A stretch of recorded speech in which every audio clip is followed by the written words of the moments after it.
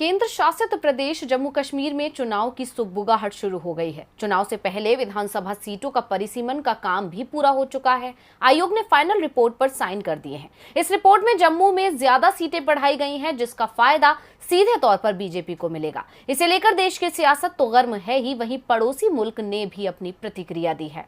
देश के सिरमौर कहे जाने वाले जम्मू कश्मीर में बीजेपी हमेशा से ही अपना राज स्थापित करने के लिए साजिशें रचती रहती है।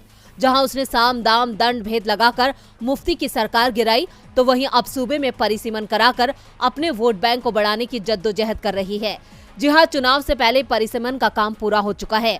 जम्मू कश्मीर परिसीमन आयोग के अनुसार लोकसभा की 5 सीटों में 2-2 सीटें जम्मू और कश्मीर संभाग में होगी, जबकि 1 सीट दोनों के साझा क्षेत्र में होगी।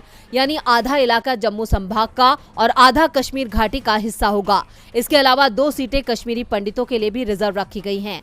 अनंतनाग और जम्मू के राजौरी और पुंछ को मिलाकर एक संसदीय क्षेत्र बनाया गया है। आयोग ने केंद्र शासित प्रदेश में सीटों की संख्या 83 से बढ़ाकर 90 करने का प्रस्ताव दिया है।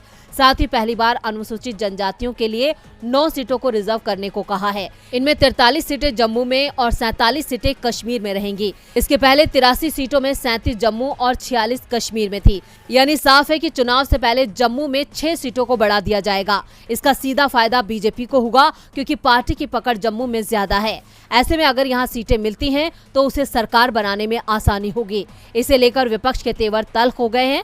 महबूबा से लेकर उमर अब्दुल्ला तक सरकार को जमकर घेर रहे हैं। वहीं इस विवाद में पड़ोसी मुल्क पाकिस्तान भी कूद पड़ा है। पाकिस्तान के विदेश मंत्रालय ने भारत के प्रभारी राजदूत को तलब करके परिसीमन पर आपत्ति दर्ज कराई है।